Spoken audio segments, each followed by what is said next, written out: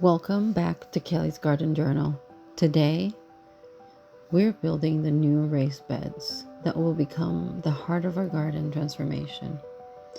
One of the reasons we chose galvanized raised beds is durability. These beds should last for many years, and they give us the flexibility to create the design we envision for this space. And also, they're easy to move and we can take them very easily too. I also love the color options. Instead of choosing all one finish, we went with a combination of an elegant cream white and brown beds. I really love how those colors complement one another and create a softer, more intentional look in the garden. The first beds we assembled were the round beds. These are 2 by 2 feet and 1 foot tall, and they came as a set of 3, which is pretty good.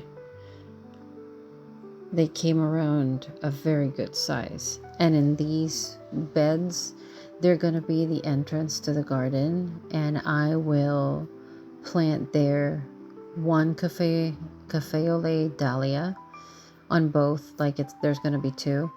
And then I'm going to plant butterfly pea vine, and that will trellis around. We'll have a trellis, and that will climb. And that will be super nice. And then I also planted some Madame Butterfly snapdragons, which I can't wait to see these plants grow bigger already. So one thing I found fascinating was how well packaged everything was. Each bed arrived neatly packed in a box with all the hardware needed for assembly. It really is amazing to think about the convenience we have today. With a few boxes delivered to your door, you can create an entire garden space. Now, this one, I started assembling it's one of my favorite pieces in the entire design. It is a heart-shaped bed. I wanted something kind of different for like the middle of the garden that I was thinking, and this heart-shaped bed really was just like the one that I really felt in my heart to get. And this bed is a 3 by 3 and 1 foot tall. And again, everything comes very neatly packaged. Everything, like the instructions are very easy to follow. Yes, there's many steps to assembling the bed. I mean, many repetitive steps, because you just have to do the same thing over and over again, which is tightening screws, pretty much, right? So, but it's very, very easy. They're very lightweight. This one doesn't have any support in the middle, but many of the others that we assembled have support in the middle. They have 1 or 2, depending on. The long one has 2, I believe, or 4, and then the other 2 have 2. Of course, now I chose it because it's beautiful, but it also symbolizes something deeper. To me, the heart represents love. Love for nature, love for growing our food and flowers, love for creating something meaningful together, love for family, community, and the things that nourish the soul. Gardens have a way of reminding us what truly matters.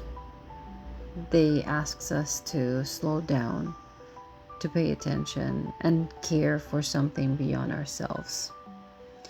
In a world that often feels rushed and distracted, perhaps what we need most is more love, more connection, and more time spent in spaces that help us reconnect with ourselves and with nature. It felt only fitting that this new garden would have a heart at its center.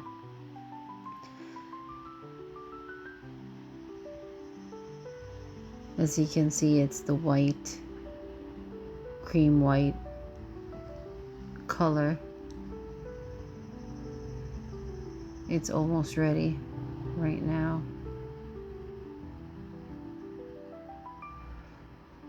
We're at the last piece. I think this was the fastest that I mounted together because I was just so excited about it. And this is like the final, almost like the final touch. It's just covering these two panels together. Again, it's so easy to put these together. Like really, there's no excuse these days not to do any gardening. Like you can do gardening in anything. Like they have grow bags now. There's so much stuff that makes it easier for us to be able to garden. And by gardening, we connect to nature, and by connecting to nature, again, we connect to ourselves and to everything that is, which is what really, really moves me about gardening. See the heart shape, so beautiful. I'm super excited.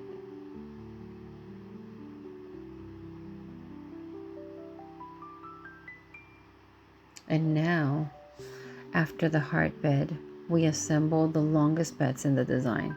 These are 6 by 2 feet by 1.4 feet tall, and they came as a set of 2. I wanted some beds to be higher than 1 feet, so I got this one that it's not like 2 feet tall. That's like a little bit too much. And these I got in the color brown. These beds will provide plenty of growing space while helping define the overall structure of the garden.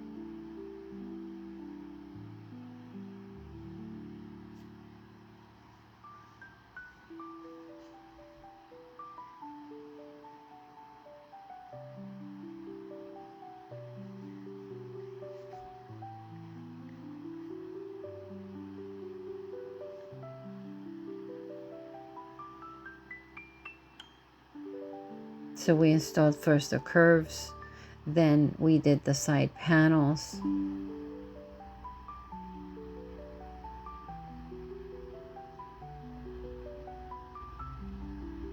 And there's the dogs also.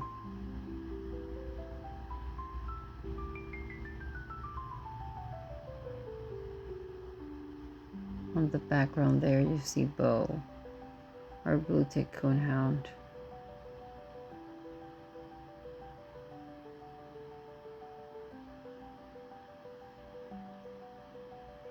And then our final beds that we assembled were the 4 foot by 2 foot beds, and they were 1.5 feet tall.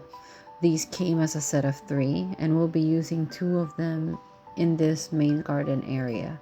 The third bed will be placed elsewhere because including it here made the design feel less balanced and symmetrical. So as we continue building this garden, one thing you'll notice is that I'm planning to push the limits of space when I get to planting. Here we have Negri and Bo, wanting attention.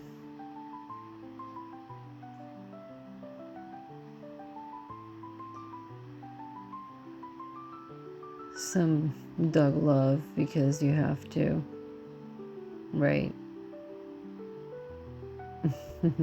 They both look for the attention. Mr. Bocephus and Mrs. Negri. Now, I'll be planting, like I was saying, I'll be planting much more densely than many traditional gardening recommendations suggest. But there is an important reason I can get away with that, and it's that I grow with intention of harvesting. Throughout the season, I'll be constantly cutting flowers, harvesting herbs, or removing stems, thinning growth, and creating more airflow throughout the beds. And when you're growing for harvest, dense planting can work beautifully because these plants are continually managed. If, however, you're growing primarily for display and not actively pruning or harvesting, overcrowding can lead to problems such as poor airflow, increased disease and pressure, and issues like powdery mildew, depending on what you're growing. As with most things in gardening, success often comes down to observation and maintenance. I'm excited to see how these beds fill in over the season and how this space evolves from a collection of metal frames into a thriving garden full of flowers. Full of flowers, herbs, pollinators, and life. Thank you for joining us for project number 3. Thank you for the transformation is just beginning. If you enjoyed coming along on this part of the journey, I would love for you to subscribe to the channel and join us as we continue building and growing this garden throughout the season. And if you found this video helpful or inspiring, please give it a thumbs up. It really helps support the channel and lets YouTube know you'd like to see more content like this. And I'd also love to hear from you in the comments. What are you most excited about growing, creating, or experiencing in the garden this season? Whether it's flowers, vegetables, pollinators, wildlife, or simply spending more time outdoors, I'd love to know what's bringing you into the garden this year. Thank you for spending a little time with us today, and I'll see you next time on the next entry of Kelly's Garden Journal. Thank you.